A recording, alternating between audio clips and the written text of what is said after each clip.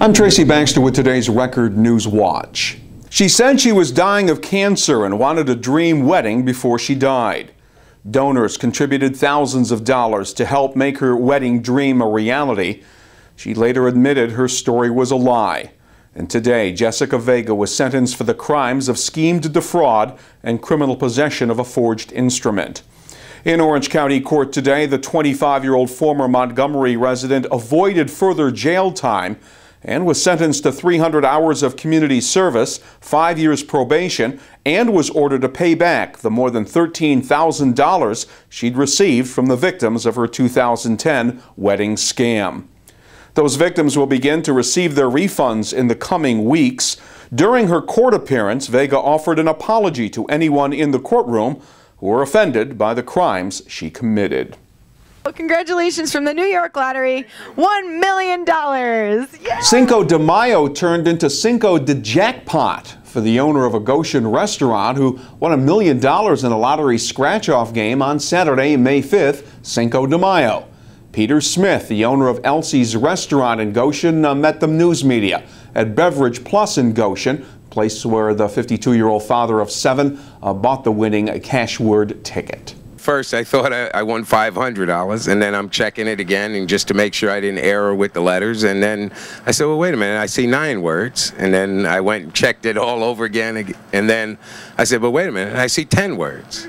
And so then I checked it all over again, and then I looked at the code on there, which I thought would have said something like jackpot or something, but it had a different code on there that I seen on losing tickets before. So I said, I must have made a mistake, and I was a little frustrated with it. I just kind of sat it down and then got ready, you know, took a shower and everything, got ready to go to my friend's house, and I said, let me stop by and have Ricky check this out. And when I did, it was a winner.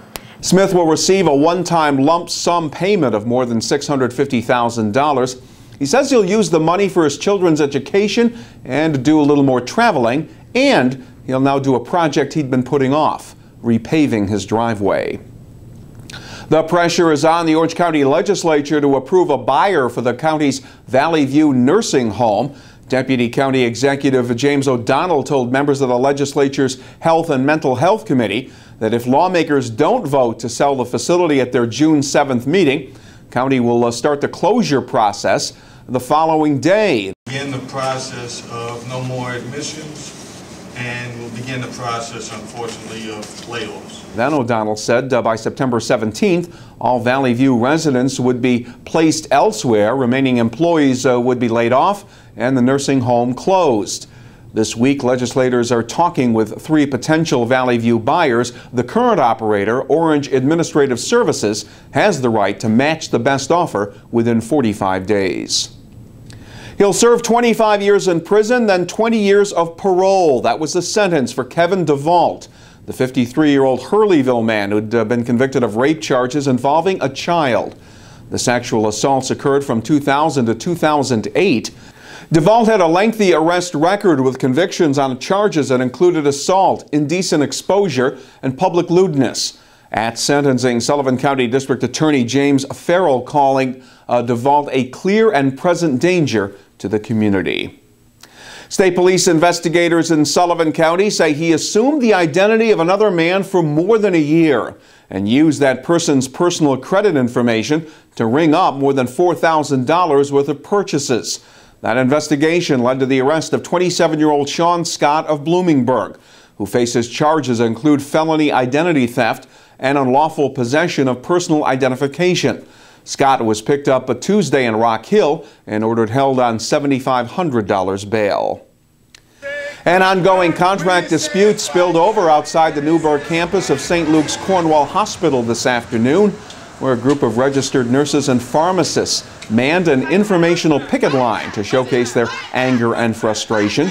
Boss says cut back. We say fight back. Boss says cut back. We say fight back. The sticking point in contract negotiations with hospital administration has been the question of how much employees should contribute to the cost of their health insurance. The union employees say the contract proposals currently offered up by management could negatively impact patient care. St. Luke's administrators say employee contributions to the basic plan have an increase since 2004. The nurses and pharmacists have been working without a contract for the past year. A group of emergency services first responders from Orange and Rockland counties were honored for their personal sacrifices and dedication during a special recognition ceremony held in Goshen last night, an event sponsored by area Congresswoman Nan Hayworth. Those singled out from Orange County included members of the Highlands and Woodbury Volunteer Ambulance Corps and Washingtonville firefighter Justin Phillips. After screaming for a couple seconds, she collected herself, my wife, and sent Megan for Justin, who was down the hall in another room. He came in and saw me, took the opportunity to smack me, took the opportunity to give me a punch to the chest to try and get my heart going, and yelled out, "Oh crap," picked me up, put me on the floor, and did CPR for almost 15 minutes. Honorees were among those who distinguished themselves during emergency situations in the past year. And they came to a remote spot in the Catskills to celebrate a victory in the long road to recovery from Hurricane Irene last August. Thursday, people took part in a ceremony in the flood-ravaged town of Shandaken to witness the official opening of the new Cascade Bridge, built to connect a section of County Route 47 that had been ripped away in the floodwaters. I always say, the Hurricane Irene may have come through and given us one heck of a punch, but our community is amazing at getting up off the mat and fighting back. The damage had cut off the communities of Big Indian and Oliveria from Sullivan County. Meantime, Shandaken's Bridge Street entryway into Phoenicia may finally reopen within the next couple of weeks. Still more rain could fall in the region in the days ahead. Thursday will be cloudy with a chance of showers. The highs will be in the upper 70s. A mix of sun and clouds on Friday with a passing shower. Again, a possibility. Temperatures Friday are expected to climb into the low 80s.